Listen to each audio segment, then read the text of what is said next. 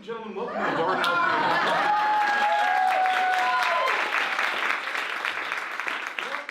What a great afternoon, and what a great opportunity for us to have one of our wonderful alumni come back and talk about the path and where it has led her, and everything from, as we just heard, her parents arriving here to her arriving here. Gloria Calderon Kellet is a showrunner, a writer, a producer, a director, an actress. She does more than all of us put together, so just feel bad. She's the executive producer, co-showrunner, director, and actor on the critically acclaimed sitcom One at a Time. She wrote and executive produced the comedy pilot History of Them at CBS, was a writer-producer on iZombie for the CW, Devious Maids on Lifetime, Mixology for ABC, Rules of Engagement, and How I Met Your Mother, both for CBS. She has done more television than you have watched. The proud daughter of Cuban immigrants, Gloria was the first in her family to go to college. She graduated from Loyola Marymount University and went on to earn a master's degree in theater from the University of London, also pretty good. She's a former stand-up comic and a founding member of the sketch group and Donkey Makes Five. We might talk about that. Acting credits include Jane the Virgin, Angie Tribeca, Dead to Me, How I Met Your Mother, Trophy Wife, and One Day at a Time, although one of her proudest moments was appearing as the narrator on Drunk History. Real good. And we'll be talking about that too. Awards for her work include the Television Academy Honors, Mental Health America Media Award, ALMA Award, Imagen Award, Vanguard Award, NHMC Award, the Sentinel Award, the Voice Award. She's one of the few creatives to have the distinction of receiving a 100% on Rotten Tomatoes for One Day at a Time. That is a rare thing indeed.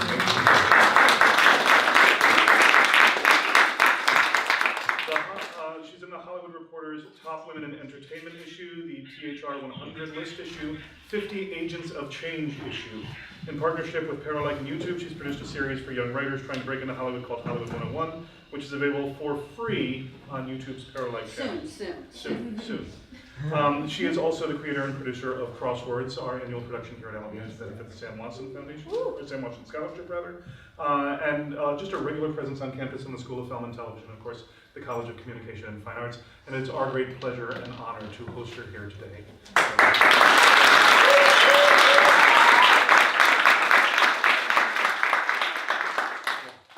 For those of you who have just joined us, the way we're playing it out is I will be asking a few questions to sort of get the conversation started. Going off of that, that will then be followed by the lightning round, in which dollar values are doubled and the answers are shorter. And then we're going to open it up for public comment, and then we all go eat. Since you are all theater and film people, free food. Quick. Take it. Always take the free food. Yes. This is wisdom. Yeah. I was at the GLAAD Awards and I was like, I had a large bag and they were making fun of me because I was putting the this is going to be thrown away. So I'm taking. When I was in grad school, I used to bring Tupperware to opening night parties. Actors, like and actors never here. eat the bread, so I eat it. I hope you're taking notes. This is valuable industry information. So as an LMU theater guy, yes, come in. Don't be shy. Hi. And as people come in late, we'll just stop and watch them sit down. Yeah. Since we're going to be doing that anyway, I figure giving you permission will work. I feel obligated to ask, so what about LMU prepared you for everything that came after, and what started you down the path from LMU to sitting here now? Well, I was a theater and communications major when I was here. So the communication stuff was awesome because it allowed me, to really study ageism, socialism, it kind of covered everything. We really covered everything in that comm major, which was really, really cool. The theater department, though, is really where I found my community. I'm still friends with the people I went to school with when I was here. And that community is really vital when you're out there struggling and lonely and trying to figure out what to do. And there's so much waiting, there's so much mundane time where you're waiting. And I had people to talk to and bitch to and strategize with, and that community of people is really the greatest part of my time here. And then the allowance of this space. I put up a bunch of plays in this space. This space was available to us. My very first time on stage at a college production, Jason directed it. I gave a blowjob to a banana. So proud moment for my parents. They're like, oh, you're at this Catholic Jesuit university. What's happening? And and then the space was, we had access to it. So when I was on the Delray Players, I was on the board, we were able to put things up, that's basically show running. It's really the first steps of show running is learning how to do all that, communicating with other creatives, making sure that you're able to facilitate a vision. All of that is stuff that I use still. So that was those were the major things. Cool. What do you know now? That you mentioned earlier that you would come to these things when you were a student here. Yeah. What do you know now that you wish you knew when you were this? I just wish I would have done more of it. I wish I would have Done more of what? done more of putting up self-producing work, especially because there's a film department as well. And I don't know how it is now, but when I was here, they did not communicate much. And for me, that's a real shame because this is Los Angeles. So we should be working together. They should come to you guys to be the actors, and you guys should be writing stuff, and they should be writing. There was not a lot of cohesion because there wasn't really a film. Come on in. There wasn't really a department. There wasn't really the School of Film and Television. It was like communicate. What was it then? School of Film and Television was part of CFA. It was like a But it wasn't its own thing yet. Now it's like a thing. So I would say I wish I had utilized that more. I wish I had been a little bit more interdisciplinary in terms of learning how to edit, learning how to shoot stuff, volunteering to work on other people's shorts, like that kind of stuff. I think would have been really valuable. The marriage of theater and film, because you have it here. So I wish I would have done more of that when I was here. I think that is a smart thing to do. This next one's a multi-parter. Okay. So we're going to take a while. Exciting. You are what I affectionately refer to as a slash. You're an actor, writer, producer, everything. Yeah. And all of our students here are chronic overachievers who want to be in everything. You know what you are. So my question to you is, one, any advice on sort of that multitasking life, how to do all of that? The second part of this is, how do you balance, particularly since you're known as a writer and showrunner, how do you balance that with the acting, with the other things that you do, the mentoring, the work that you're doing in the industry? Yeah. And then the third part of this is then, do you ever see overlap? Like, does your writing influence and shape the acting? Do you write parts for yourself? Does the show running make you a better writer? How does all that come together to make an artist who does many things? Yeah, well, I think I show up anywhere as all of me anyway, right? So all of me is all of those things. And it was at the beginning, I really wanted to be a writer, like I said, for those that weren't here early. When I went to school here, I really just wanted to be an actor. That's what I wanted to be. And that's great. I am just a very impatient person, and I don't like waiting on other people to make my shit happen. I don't like it. So for me, when I wrote that play, my senior year, in April of my senior year, I wrote my very first play, Plain Strangers. That was the first time that I felt what it felt like to not have to wait for anybody. You can write every day if you want. Like you don't need anybody to do that. And that was so empowering to me, being able to do that. And then I don't like to write without people seeing it, so we would just start putting them up, and that's really what we started doing. After we did it here, then we went to ACTF and did it, and that was fun, and that was like, I want to do that again. So I partnered up. At the beginning, I wrote stuff by myself, and I also wrote something with another graduate, Joey Coyne. We're still very good friends. And we would write stuff together and kind of hold each other accountable and figure out, like, let's write a screenplay. And I'm sure they were bad, but all the stuff, it's like you have to walk before you can run. Like, the writing, you got to write. And now even something I wrote last year I don't like anymore because I've evolved. I'm better now. So I'm really surprised by writers who write one thing and that's it for years. My brain doesn't, I can't figure that out because I like to write, rewrite. And what we found, I went to grad school, and when I came back, it was really like, I don't know anybody in this industry. I'm not going to be a playwright or in plays because of this is Los Angeles. If you want to be a playwright, you should probably go to London or New York, right? Not that you can't here, but it's just the challenges are much larger. I was trying to get an agent, and I am not 1 pound. Come sit, everyone. Let's all have a hug. I'm not 1 pound, and I was annoyed that everyone was like, "You're not pretty enough or thin enough." And I was like, "Really?" Because I feel like I'm pretty cute. And I don't know. I think there should be people who look like people on TV. So I had no control over any of that, and I just didn't like it. I didn't like not having control. Finally, then you get the agents, and the agents are terrible at first, and they don't really care, and then they'll send you on 2 things. It's such a slog, the whole process. And so I feel like the more you can be really focused about, like, wait, I know who I am, and I know what makes me funny, and I know what type of material I should be doing. So I want to go out for comedies. Well, you don't have any comedies on your reel. You don't have a reel. Now you can make a reel, right? But like back then, you could, unless you got camera, it was also expensive.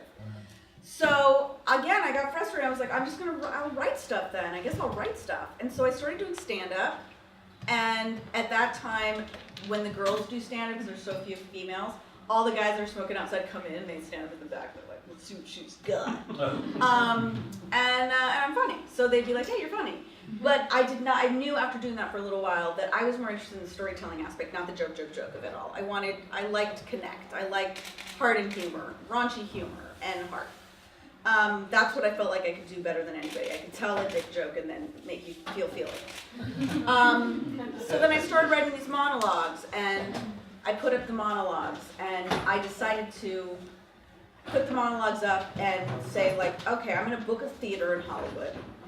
Never produced shows outside of Loyola, but I don't know, how much can it be? So I called the Hudson Avenue Theater, which is still there. And Wednesday nights, they're dark.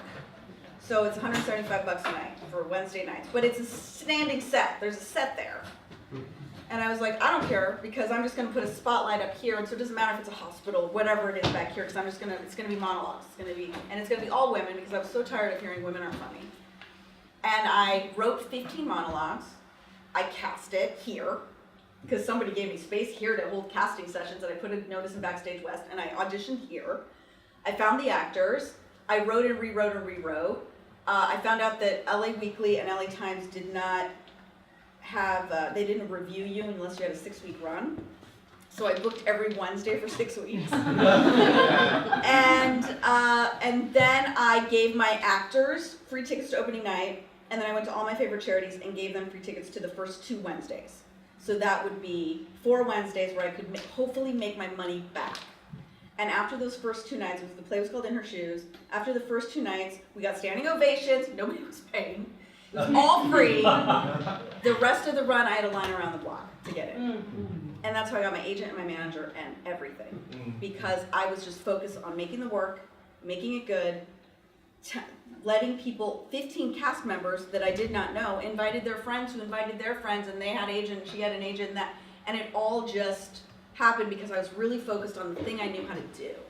The thing I knew how to do was put up a play and ask my friends to help put up a play. And then so from that point on, we started putting up these play snapshots that at first I wrote, well, I guess her first year, I just wrote 1, right? Yeah. And then the second 2 years, I wrote all of them. It was 1-act plays. The next 8 years or so, you wrote all of them, yeah. No, I didn't write all of them.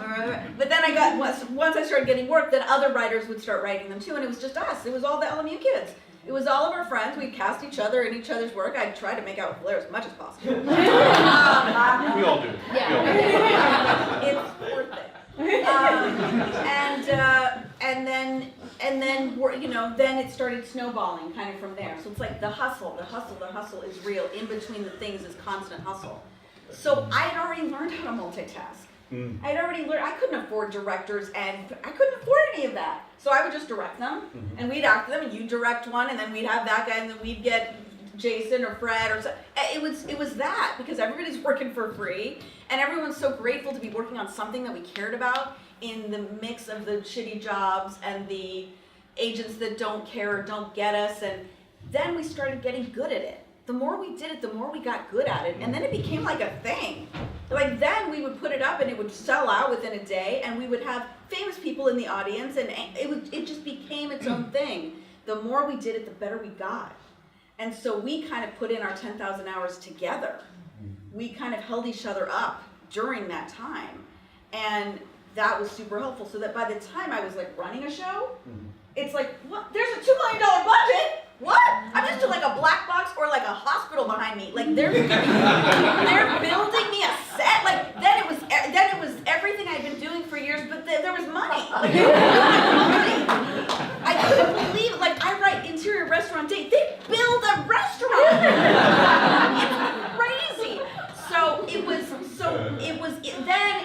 convincing the people though, right? And then it's convincing them, like, once I started doing the writing, the acting went by the wayside because I was so tired of that. I was so tired. I didn't want to hear anymore. I'm not a person that's ever going to starve myself or not eat food because we need it to live. It's a thing. So I just became annoyed and I was like, you know what? The writing is taking off. I'm going to ride the horse in the direction that's going, and hopefully I'll be able to circle back around to that acting thing. And in the interim, as I started on my first few shows, I was still doing snapshots. I mean, I was doing snapshots until one day at a time. So I was doing snapshots up until 3 years ago.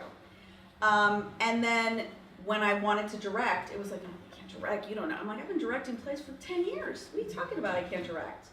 And it took Pam Fryman, who's our director, who directed How I Met Your Mother and directed everything. She's directed everything. She's amazing. Pam was the one who called them up and was like, you guys are crazy. She's a killer director. You guys should give her an episode to direct. And then I directed it and I killed it because I knew how to do it already. I knew how to do it. I've been doing it. It was also my crew. It was all my camera guys. I knew all those people, so they were also supporting me to make sure that they had my back. And now I have like a part-time. I'm directing a new show next Friday. I'm directing Alex and Katie for Netflix, and then Dennis Quaid is doing the multicam. Isn't that crazy? I'm directing him too. So that showing up and being ready is so important. I think there's such a desire when you first graduate to just get out and do it because you're so ready, you're so ready to get out there. There's really something to humbling yourself to know how much you don't know. And it being okay to go somewhere and not know and learn and find your mentors, find your people who are gonna see that you're a hustler. That's the thing too. Hustle knows hustle, man. I know the people that come in and it's like, you a hustler, all right. All right, I got you. I'm gonna keep an eye on, Maren's a hustler. That's a hustler right there. She hustles, right? So it's like, when hustle sees hustle, you watch out for each other and you keep an eye out for each other. And then when jobs happen or when, that's how you know. That's how you start to find each other and how you start working your way up the ladder. I didn't get a professional directing gig until I was the showrunner of the show. So it took a long time because people said no a lot. And I couldn't focus all my time and energy on directing because I was writing to make my living. So I would get acting jobs here and there. It's funny that once I started being a writer full-time on a staff, I got more opportunities because I was in rooms where I would pitch and be funny, and people would go, oh, you're fun, I like you, you should do it. That's how I started getting acting roles. That's how I got the role in How I Met Your Mother. That's how Jenny Erman hired me on Jane. Like, they just knew me in life and were like, we like you, we want you to do this role. So that's how that sort of happened. And then for me, in terms of how they facilitate each other, absolutely everything that, now that I'm doing my own show and the characters are literally, like Penelope is me, right? Penelope is me. So I will pitch as Penelope, and that's what goes in the script. And so if I'm having a hard time saying it, or if I'm, we'll just put it in the way I say it. And that way I know, like, oh, we can't do that to Justina. She needs to, like, cry in one line, although she can do it. If anyone can do it. I always think in terms of how the actors are doing the material, because I know what it's like to be an actor. And I think of it in terms of production value because I've been producing. I'm a really efficient producer because I know what we do and don't need because I did it with nothing. I did it with a black box and actors and words, and that was it. So once you can make it happen with that, then everything else is gravy, and I don't need you to spend a ton of money on getting rid of that wall. That wall doesn't matter, right? It's this that matters. But I'm glad it's pretty, and there's, real food on the plates. Wow. And in terms of the directing was the biggest surprise of that was when you're doing a table read.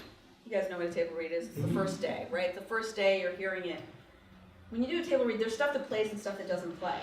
And then the writers are all there taking notes, and after the table read, we go upstairs and we rewrite it based on how that table read went. Well, some of the actors might have had a tough night the night before, or didn't get to read the script, or a little bit cold, or were reading it and didn't realize, like, oh my God, that was a joke, and if I got to read it again.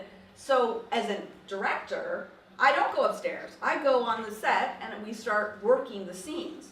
And there were things once they were on its feet that worked, that had I gone upstairs, I would have rewritten them. So I would always go up to the room after I did my directing. So we get everything on its feet and run it 2 or 3 times. So we're done by like 3-ish. I go up to the room and I go, you guys, this worked. Don't rewrite that. This, we joke, we tread 3 different ways, it's a bomb, so let's do that. And I can do that through the whole script because I've seen it on its feet. And so that's also what I bring as a director-writer for other people's material, is that I think most of the time directors go home after. I give the showrunner the option of, you want me to come up after and tell you what worked and didn't, or not. And and actually all of them so far have said, like, please come up after. So that's what I do now. So for me, it's all what I am anyway, so it all works in tandem. And also, you know, like, I've just always worked. Like, my parents were workers. You know, they got everything in this life from sheer force of work. So I've been working since I'm 16. I was actually working since I was 14, but 16 legally. And I'd always have jobs. When I was in England, I was an undocumented worker in London because I thought students could work there. I didn't do it maliciously. I thought you could work. And they're like, where's your number? And I thought it was my student ID. And I was like, oh, I'll bring it. And so I started working. And the American work ethic is no joke. Like in England, they put their feet up and they're like, whatever. Whatever. I got promoted twice, and my manager finally was like, you have to bring in the card. I'm like, I'm so sorry. So I bring in my student ID, and he's like, what's this? I'm like, it's my student ID. He said, no, you don't have like a work visa? I'm like, no. And he goes, my best worker, okay. I just kept working. I worked at the Royal Court Theater. I've just always worked. So I know how to work and have a life and how to find balance. It's really hard because I have kids that I love and a husband who's super cute. So I want to hang out with them. So it's a dance and you need a lot of help to make it happen, but it's certainly possible, if not difficult. But it's a big life. It's a big life. And that's okay because I don't like sleeping very much. No one in this room does. First of all, thank you, that was awesome. And I've got about 42 follow-up questions. Good. So I'm going to narrow it down to 2 completely unrelated ones just to let you go off on. One of the things that came across, I think, really is the importance of having a supportive artistic community around you, both in the work that you create when you first emerge, but also as you're going up, surrounding yourself with the camera guys, you know, and being not just nice to everyone in the room, but recognizing this doesn't happen if the PA's not here. That's right. So if you could talk a little bit about how to foster an artistic community around yourself, I think that would be very valuable. And you've brought up a few times now the notion of gender and the challenges faced. Certainly the industry has changed since we both graduated from college, Yes. but not as much as I think a lot of us would like to see. Yes. So do you have any advice or any thoughts on the challenge faced, particularly by women, Yeah. particularly by women of color? Yeah. Because certainly in this department we're very diverse, and a lot of people are going to be facing these challenges Right. going ahead. So. Yeah. What's the first one? Artistic community. Artistic community, okay. And advice Yes, for here, the artistic community is vital. It's vital. It's vital because I couldn't have given any of those scripts to somebody to read. I think that mostly what you want is validation that what you're doing is right. When you're a writer, you want validation like, is it good? I think it's good. Is it good? And you want someone to read it, and give you that feedback. You can't get people like me to read your stuff, right? We don't have time. I don't read half the stuff. My sister reads it, and if she thinks it's good, I'll read it. That's what happens now. Because there's hundreds of scripts, and I'm literally running a show, directing, like, I don't have time. So I need funnels, I need filters. And the sad truth is the vast majority of even writers with agents have material that is subpar at best. So this is the time to build your excellence. This is the time to find your community, and you can get $2 Chuck, which is now $3, travesty, and have come to your house and like you hear the parts. I mean, how many times, Mark, did we have people come over and just read stuff? All the time. And Mark puts out a very nice cheese plate. And you just have people come over and do that so that you're hearing it, you're getting feedback. Also, what's it like getting feedback? What's it like getting feedback about your work? You better get good at getting that feedback, and that takes a minute. It takes a minute because we're sensitive and we want everyone to love it like we love it. Maybe they're not going to love it, they're going to have some hard words, and that's going to be hard. Also, at the beginning, I only wanted people who I respected to give me notes, like people that I thought their work was really smart and good, and I didn't want to hear from my friends who I was like, they're kind of stupid, I don't want to. They're a good actor, but I don't care what they have to say about this. Guess what? Your executives might be fools. So you better learn how to kindly take that note and not do it or make them feel heard. All of the people that will listen to your script and give you feedback are valuable. That is a valuable lesson for you to learn and learn how to navigate. How do you talk to people? How do you communicate your ideas? Is the environment when you're creating something loving and kind and warm, and are people having a good time? Because let me tell you, there's a lot of sets that are awful. And why? Why, when this world is a terrible place, when we get to like make stuff and write words and then act it out and people shoot, like, that's amazing. We breathe rarefied air. Have a good time, for crying out loud. Be nice to each other. Those cameramen, those guys, I can't do my job without them. I learn all their names, right? The PA, I know their name. This is a community of 250 people that make me look good. I'm the one out front talking about the show, but I can't do it without any of them. Be kind to all of them. Ask them how their day is and what's going on in their world and support them where you can. So that community now is only going to help you as you're growing to build your community, right? And that community I still go to. Kelly Younger and I, who went to Loyola together, he's a teacher here as well. You know, we're writing something together now for the first time. It took forever. Nobody wanted us to write together. Now they don't care. They're like, all right, you can write together. Okay. So the community is super important. In terms of being a woman and being a woman of color, it's rough. That is the truth. It's rough for everybody. It's rough for everybody. Let's start there.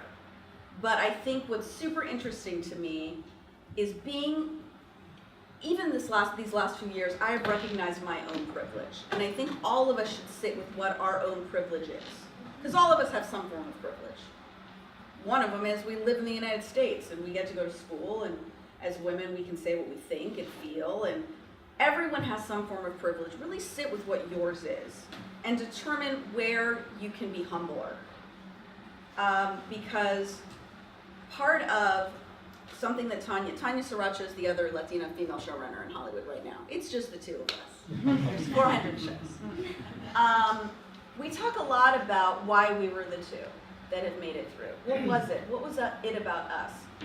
Is it, and stuff that sometimes you might not have any control over. Is it because, would I be sitting here if I had an accent? I don't know. Would I be sitting here if I was darker? I don't know. Sometimes I think I was the Latina writer in the room because I was not offensive to them. Because I was kind of white passing and I speak like this. So it wasn't, they didn't have to be constantly reminded of it. But they would remind me a lot. And some places that was a thing I felt like I had to deal with to move on, because my eye was always on the prize. My eye was always, I'm here because I'm going to be the boss. So I'll put up with this bullshit because I'm going to be the boss someday and it's not going to be like that. I hope that the scenario now is different. I hope that's the case. But I'm hearing a lot of times that it's still not. So I try to recognize what my own privilege is. I got a master's degree, I'm educated. A lot of people don't have the privilege of education and still are brilliant authors. And so how can I better support those people? How can I support, in a colorist and racist world, how can I support those people that are trying to come up that didn't have the privileges that I had? And I do that work on the side because I think it's important and worthwhile work, and I care about those voices because personally, every year in the fall, I love TV, you know? Every year in the fall, the shows come out, and I'm excited. And every year I'm like, didn't I see this show already? I mean, I love Nathan Fillion, but really? Again? Oh, he's a cop, but he's an old cop. Okay, did we see that show? You know, I personally am just more interested in Insecure and Master of None, and I just think I'd rather hear a story I haven't heard 50 times. I just think it's more interesting. So I would say it's difficult, but you need to sit. It's a different time in that we're talking about this a lot. Tanya Sriracha and I were in a room together where we were the two Latinas, they jokingly referred to us as spick and span. And I laughed about it because I know the person that said it. He is not a malicious human person. He was joking. He and I have a relationship where we joke all the time. And it did not bother me because I knew the spirit was not a malicious spirit. But I have been in rooms where things were said to me that I did not feel okay with, okay? And nobody defended me or said anything. Tanya was upset. And when we went down to the bowels of Disney to discuss it, what I told her at that time was, one day we're gonna be the boss. We just gotta put up with it, we gotta move on, we gotta put up with it, and one day we're gonna be the boss. That's what I said at the time. So, evolved self now realizes what I could have done differently. Now, hopefully that stuff won't be said anymore, ever, but it is, right? These things happen. What I have sat with in my own privilege is going, you know what, I knew it bothered her, and I said nothing. I should have said, hey, I'm okay with that kind of joking, she's not okay with that kind of joking, let's move on. But I never really felt like I had the power in the rooms to do that sort of thing. I think I could have done it because I was friends with this person, but I didn't. So what did I do? I apologized to Tanya. I said, hey, sister, we were in that together. I knew it bothered you and I didn't stand up for you and I'm sorry. I know now better, and so I'm gonna do better. And that's the kind of work that we need to all be doing. We need to sit, and she's knowing where I had come 10 years of comedy writers' rooms where like 20 jokes about Gloria's tits doing the talking, or actors putting their hands down my pants, or, 20 million ways that inappropriate things happen that you have to like laugh about because you're the only woman in the room, definitely the only Latina in the room, and I didn't want to be a pain in the ass because I thought if I was, that not only would I get fired, but they certainly wouldn't hire another one of me. So that was the reality. I think because I've been very vocal, certainly not the reality now in any of my rooms, and I always tell the writers that I work with to speak up and say something, but every room is different and that's the reality. Once you're in these rooms, guys, once you've clawed to get in these rooms, you want to stay in the room. And so I would sit with whatever you're truly comfortable with and speak up now. I would encourage you to speak up, or now you can email me. Now I tell people just like, call me and I'll talk to them. Call me, because now I have power. Now I know I have power. I had power then too, but I didn't know it because I was not treated with that level of respect, really, until Norman Lear and Mike Royce changed my life. These two white allies lifted me up in a way that all of the wonderful white people in this audience who've cared to come, how you can lift up one another too, right? You can say, hey, don't do that, that's not cool. We can all be there for one another in this way. And I also wanted, to the white guys, it's still good for you, don't worry. It's still good for you. I hear a lot like, oh man, it's tough to be a white guy. I'm like, it's really not. I can vouch for that. It's It really really isn't. still better for you. So that's the reality. That's the reality. And I think in order to make change, we have to be honest about our stories. Listen, now I've done a lot of press, especially this last year. I've done a lot of press. And when the New York Times article? There was a New York Times article and an LA Times article, I think, that came out where they asked me about toxic masculinity in rooms I had been in, and I told stories. I never name names. That's just not my jam. There are children involved and wives, and it's not for me. But I tell the story because I think the story, again, is what's important. The story, so that people know they don't have to deal with that story, and so that they know I see them, and I remember, and I'm having the grace of not saying their name. I've gotten awful emails from people that are like, how dare you talk about me, how dare you. It's been really interesting. and I've gotten emails from people apologizing. A lot of emails from people saying, hey, by the way, one email was a guy who was like the loveliest guy I've ever worked with, who said he made a joke once about me being Latina. I don't even remember because he was such a nice person and such an ally. It's interesting because it is that thing of like, when is it wrong and when is it right? There were some people, if they were kind and cool and supportive and lovely to me, but made a joke once, you don't care. If it's the people that have the power that are awful to you, right? That when they say something, it has a tinge of something that you don't really like. For me, I just had my eye on the prize. And I knew that the work and the writing would set me free. And it did. Since we're now talking about personal things, I do want to go to one place that's sad, Oh. which is that One Day at a Time, sadly, Yes. was not renewed. It's true. It is, and we can curse and talk about what a bad idea that was on Netflix's part. But I do want to talk about, just for all of us in the room who are artists, dealing with frustration at the suits and Yeah. short-sightedness, dealing with disappointment that when you have your eyes on the prize and you get the prize and then the prize is pulled back again or something else. How do you deal with that aspect of being an artist? I think it's part of it, right? Like, for me, I wouldn't have given up that love story for a million years. While my parents are alive, I got to do a show about my family. My mom was played by Rita Moreno from Crying You know, my parents were there every week. It was I got to make that show exactly how I wanted to make that show. And Netflix allowed me to do that. Had that show been on a network, it would have been a different show. The beauty of Netflix is they do let you do whatever you want. Creatively, wonderful. No promotion, 5 posters in the world. But I got to make exactly the show I wanted, and it lives on that service forever. So I loved the love affair of doing it. I had many more stories for that family. It is not over. There are people interested. I just don't know that Netflix is going to allow us to leave. But if that's it, I'm a hustler. I got 12 things in development. So I would hate to see it go. I hope that it has another life, but if it doesn't, I got the next batch of things. And I think that's something about theater that is really helpful. Because theater is a production.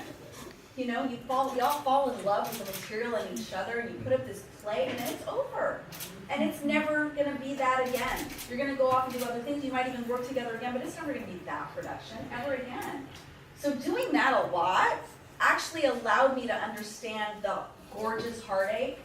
And I always knew that after we put up the shows, I'd have like a little depression, and that was gonna be okay. And then it was okay, what are we making next? So that has really helped me and helped my heart heal from, I'm always gonna be telling stories of other, I'm always gonna be telling stories about disenfranchised people, just because that's what I think is interesting. So that's how I do it. Well, just to then follow up on that, you mentioned earlier you feel obligation to your parents for everything they've given Yes. you. You feel an obligation to the community at large. So, Yes. especially in an industry that doesn't really value social justice always, Right. how do you stay active as someone who wants to tell the stories of, give voice to the voiceless, tell the stories of the people at the margins? How do we stay active doing that?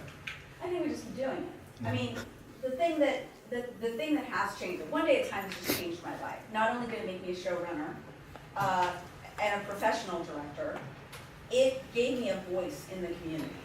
Like now people in Hollywood know who I am because I talk a lot and I'm very socially active online.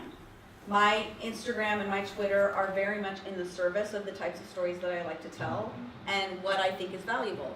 You know, I'm political not because there's just things to me that make my brain. I don't understand how there's 30 states in the United States that have different rights for LGBTQ people. That I don't understand how you can just, if you don't live. We live in LA. We live in the privilege of living here.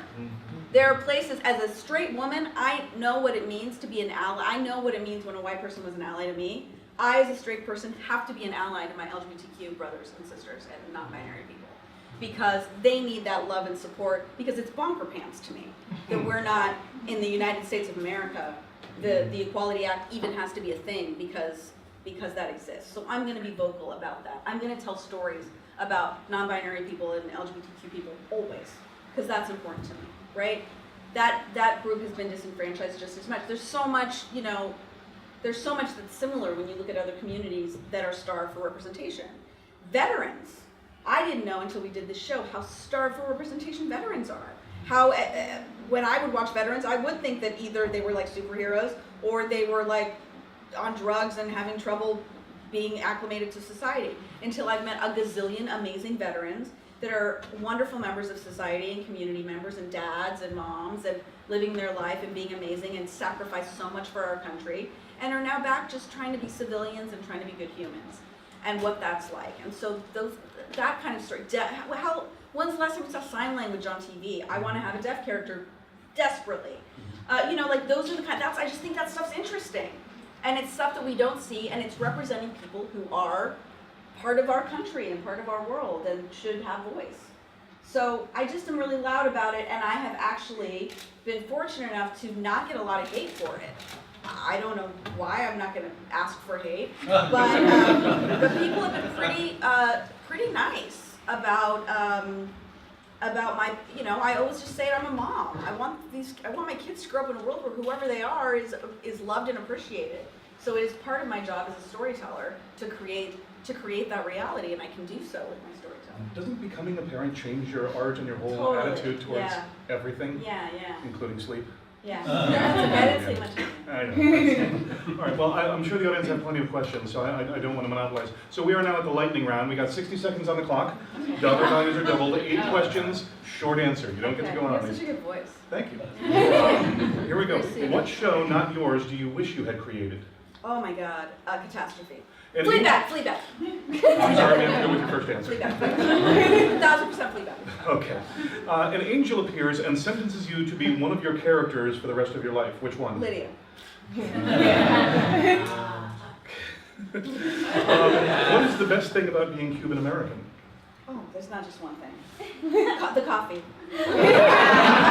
Correct. What is the best thing about being Gloria Calderon Kellet? I feel real loved, guys. And it's a nice way to walk through the world. Oh, it is.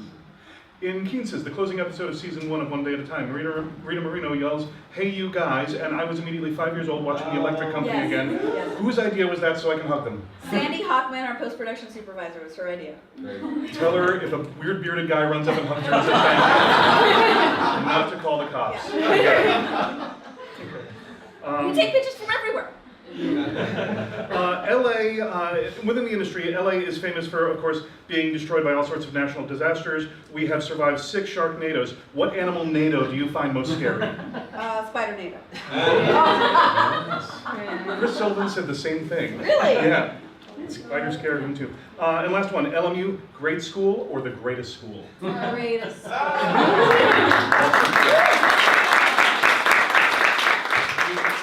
Clearly have a winner. Let's throw the barn doors open. You have questions, she has answers. We have a hand back there. Yeah. So in a collaborative medium like film and TV, you have to make a lot of compromises creatively, I'm assuming, even if you are somebody who has like a lot of different titles within one project. Do you ever feel stifled by that compromise, especially when it comes tying back to that discussion of privilege? If you're the only person with a certain perspective working on the project, do you ever feel, I mean, I'm sure you do feel stepped on in some ways. How do you deal with that? What, can you speak to that a little bit? Yes. Sometimes you'll have control over who you're collaborating with, and sometimes you don't. Mm-hmm. That makes a big difference. I like to think of notes that are bad, to me, as a challenge to, can I think of something better? Mm-hmm. If you think about it as a challenge to how do I do that and make it better, then I think it can be an attribute. It can be positive. I have to say, with One Day at a Time, I had a couple of fights with Norman. I had the most ridiculous fights with him because Mike had more fights with him than I did. But at the end of the day, he let us do what we wanted to do every time, and Netflix and Sony let us do exactly the show we wanted to do. So I can't speak to that on One Day at a Time, but I can speak to it on other shows I was on where I was privy to notes. Like How I Met Your Mother, there were so many story ideas that they threw out because they were CBS, and it was hard for the guys, you know? It was hard for them to, how do we tell this story in a way that we want to tell it, and how do we tell some of these stories that are seemingly, one story got thrown out that was about Ted and Robin wake up, not remembering, they blacked out, they can't remember the night before. Yeah. And I think Ted has a black eye, and they're trying to, they spend the whole episode trying to figure out what happened, like trying to piece it together. And they did not want that episode. They're like, that's so unlikable that they got blackout drunk, and that, you know, that's, we're sending a message, and it's like, yeah, but in your 20s that's happened sometimes, and is there a way to tell that story that's maybe a lesson about things that, you know, they didn't let us do it, and we instead, I ended up writing an episode called Drumroll Please, which I wrote in 24 hours because our episode got thrown out, and it's still one of my favorite things I've ever written. So something good came out of that awfulness. So I think it's always going to try to stay positive. How do you try to stay positive and try to have a good time? I think that once we're really in it, sometimes we forget how cool it is that this is what we get to do. And I really try to constantly, like, it's Pam Fryman's favorite thing that I do is on show night, I'll walk up and be like, we're making a TV show right people, and we are making it, and then it lives forever. We're doing that right now. That's what's happening. Like, it has that wonder can't go away. Don't let it get pulled from you, because it's really cool. It's so cool. And if you can enjoy it along the way and not become a miserable human, because I see those people, the miserable rich old guys, they haven't won. We're winning for having the best time getting to do this thing. And when it's awful, what's the thing we can learn from it? Every awful experience, I've learned stuff from it. Sometimes that thing is how to treat people differently when I'm the person that's making the decisions. So try to find the positive in it. Thank you. You are staring at me. Maybe? Yes? We can't really see you, Yeah. so just talk. Go ahead, Mary. Okay. Hello. First of all, I tear up every time you talk about just your career and everything like that, because it's just hearing exactly what I've been trying to formulate of what I want to do and everything that I want to help the world with. You say it, and it's just great. But my question is, because you've been talking about, seeing characters that we haven't seen before, shows we haven't seen before, what advice do you have for creating characters that nobody has seen while still making them relatable enough to be realistic? Specific. Make them really, really specific. At the beginning, I always just wrote people that I knew in my life. Or you put those two people together and make them a thing. The right what you know thing is good. That's good. That's good to start out. Because you don't have to do any research on the people you know. The research has been your life. The specificity is always the thing. Because every story's been told and every character's been written, right? A version of everything has been done. So how can you put your special sauce on it? And that's, I think, the specificity. Eric. So I have a question about, you talked a lot about representation and equality and things in the industry, right? Clawing your way into the room, and you don't want to, you want to keep your spot in the room and like that. I'm just curious about, what do you think about changing the industry, right? So that there is more representation, more equality, and what steps have to happen to make that a reality? Well, I'm trying, right? So obviously. So I staff differently. I like more women in my room than men. Sorry, I do. So my room always has more women than men, and we are half Latino as well because we're doing a Latinx show. That I have control over the hiring of my room, so I can do that. Tanya Sriracha is all Latinx. Her entire writer's room is Latinx. That's what she wanted to make the show. Every showrunner should be able to be given what they want to create the show, but every showrunner also needs to care about making change. And not every showrunner does. And here's why. They have not sat with what their privilege is. And when you finally get a show, you're the CEO of a multi-million-dollar company. And you are terrified, and you are having to make a gazillion choices, and you are living and breathing this work. And you want to make the writing good, you want to make the acting good, and you want to make sure the directors are great, and you want to make sure all of your staff is clear in what they need to do. There is so much to do that I think if you're like a 50-year-old white guy, you're not also thinking, oh, and I should probably try to change it's not in there. So that's why we talk about it, right? We talk about it, and there are these initiatives and things like that. I have some issues with the initiatives because I don't know that they really set us up to succeed, but being vocal is what's important, being vocal. So I'm really vocal, and when I'm on panels I'm on these showrunner panels all the time with these other panels, and you better believe I say, like, how many people of color are in your room? What's your room look like? How many women you got in there? Because I can now scoreboard. I can say, like, oh, you're worried about your show not doing well and not getting, like, not being critically acclaimed. Oh, well, I have a critically acclaimed show, and we are half women in Latinx. So, scoreboard. So I know it can be done. So you should do it, because it's good for the world.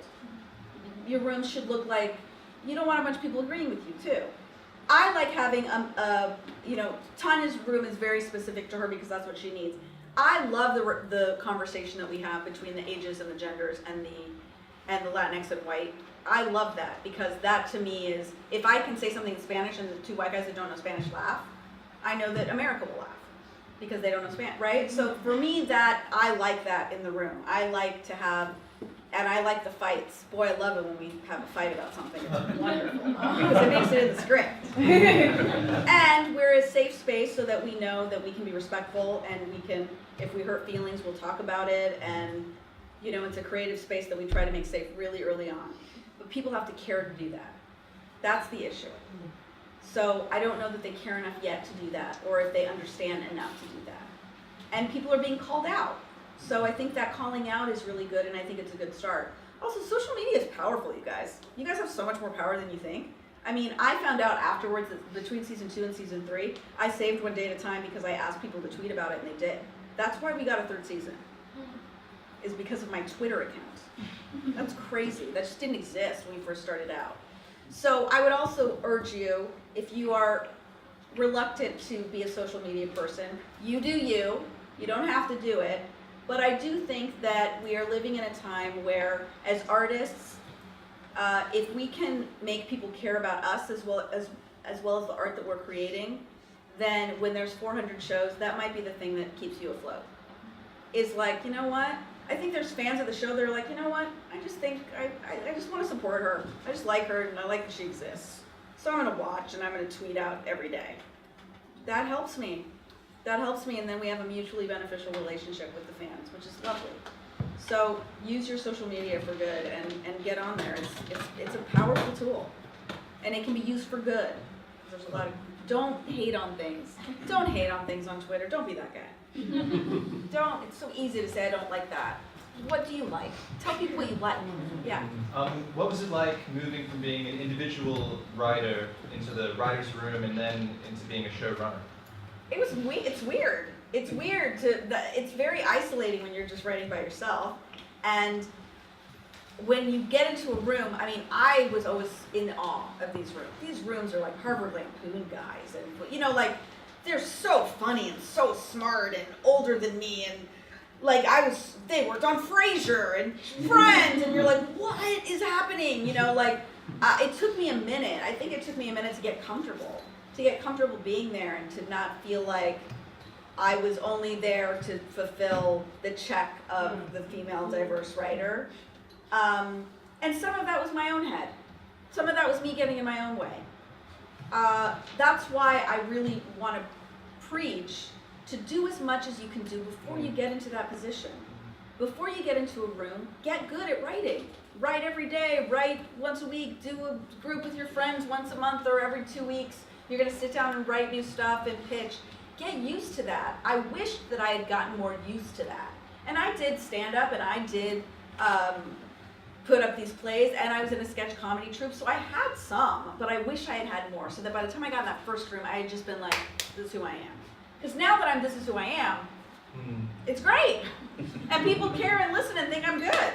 But it took me a minute before, because you're not, also I think, we're needy, right? We're needy. We want people to like it and tell us we like it. Even though after the show you're like, oh hey, thanks for coming to my play, you want them to say it's good. You want them to.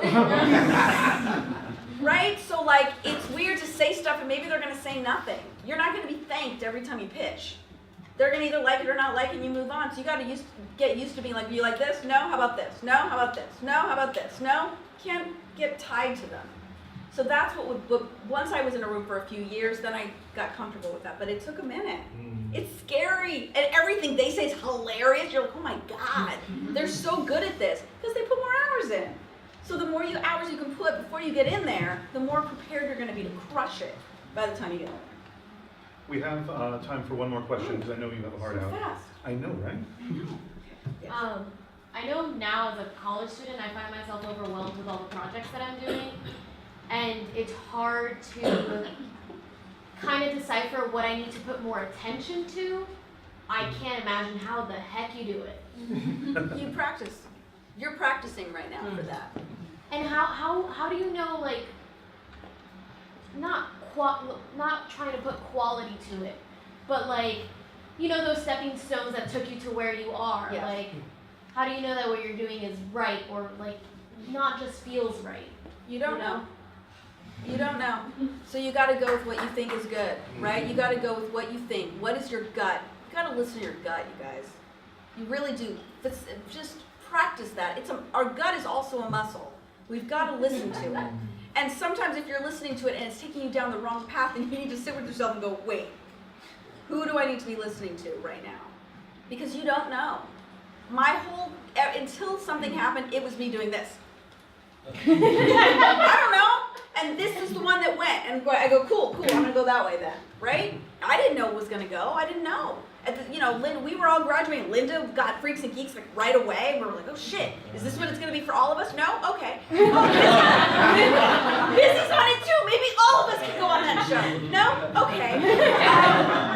You don't know. You don't know. So you are just hustling and hoping that one of the things sticks. And the great part of that hustle is that it doesn't end.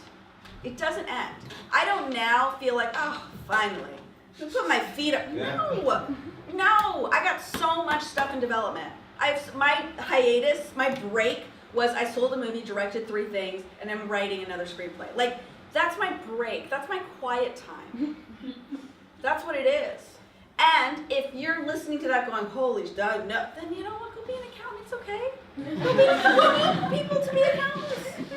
We need people to do other stuff. That's all right. That's all right. Go do whatever. Get that sweet Pottery Barn discount. Do it and have the best looking house. That's okay. But if you want to do this, it is nonstop, never-ending, relentless, and the greatest joy. Wonderful. Wonderful. To go to events like this and see that there's people that showed up and care to hear what ridiculousness I have to say, that's crazy, right? To go to these panels and have so many moms and LGBTQ kids come up and say, I didn't kill myself, I came out to my parents because of your show. What? That's crazy. That's what stories do. Stories make people feel seen. Stories make people feel good after their shitty day. We're providing them something kind and good and decent and a break from their brain. What we do is important. We create culture. We are culture creators. We give them a moment to sit in the church of theater or the church of television and preach what we have to say. So if you have the opportunity to get to that pulpit, get there. And don't look back, and there's going to be shit that's going to try to get in your way. But that's okay, because I'm here to tell you, it works. I was you. 20 years ago, I was you. I know, I look like a baby. It was 20 years ago. You a hustler? Yeah. Sir? Oh, It's on you. so you just said something that I find intriguing and shocking, that people would show up, right, here Yeah. to sort of be a part of Yeah, it still blows my mind. Still blows my mind. We often talk about, in various aspects of the entertainment industry, about people being a triple threat, right? And so I'm not quite sure if you're a singer or if you're a dancer, but I'm going to speak for everyone in this room because we think that you are brilliant, you are bold, and just absolutely beautiful, and your full presence of beauty, right? And so we're so grateful, that you took this time to come back to us and to have this moment. We often talk about in sort of Ignatian spirituality and pedagogies about telling our students to go out and set the world on fire, right? And I think that you are empowering further, the possibility of that. But you said it in some very different ways for me today, right? So one, certainly you're talking about being humble, right? Certainly you're talking about sort of following your gut, which I love, right? Because the gut is a muscle, right? But you started off by saying that you're impatient, you don't want to sit around and have somebody else wait for your shit to get done, right? That's classic stuff, people remember that, right? Right? And then also this very notion of being a hustler, right? And so we don't want to encourage you to literally be a hustler, people here, in this Catholic Jesuit, but the idea of sort of being motivated and seeking out every opportunity to sort of fulfill your passion and your dream, and to make an impact on the world in which we live in. Because certainly we're talking about transforming the world into stories that we tell, whether that's in the theater or whether or not it's in film. You are absolutely phenomenal, and I know I speak up for everyone in this room, and we are so appreciative that you are in the industry, that you're in the world in which we live in, making it a better place. So I'm inviting everyone else to give you some love.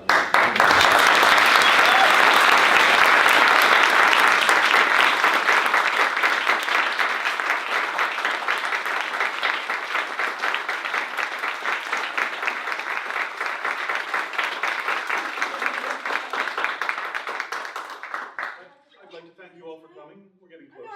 Yeah. I'd like to thank Dean Brian Keith Alexander for help setting all this up. Thank you so much. I want to thank Jason and the work study students for transforming this room in a matter of hours. Thank you, sir. Thank all of you for coming. This is the very best of an arts program at a university where we can come together and talk about the work honestly and get advice from someone who has trod this path before and who has left some markers along the way for us, but also has said, carve your own path, be the boss. So I'd like to thank our guest, Gloria Calderon Kellet, for just a wonderful, wonderful conversation today and really inspiring. So thank you again.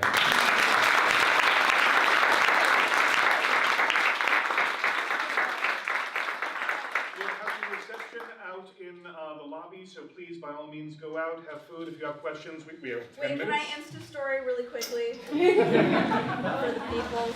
For the peoples. What's your Instagram? Gloria Calderon, get on there. Get on there. Y'all, I'm at my alma mater. This is Kevin. Hey. And look at all these people.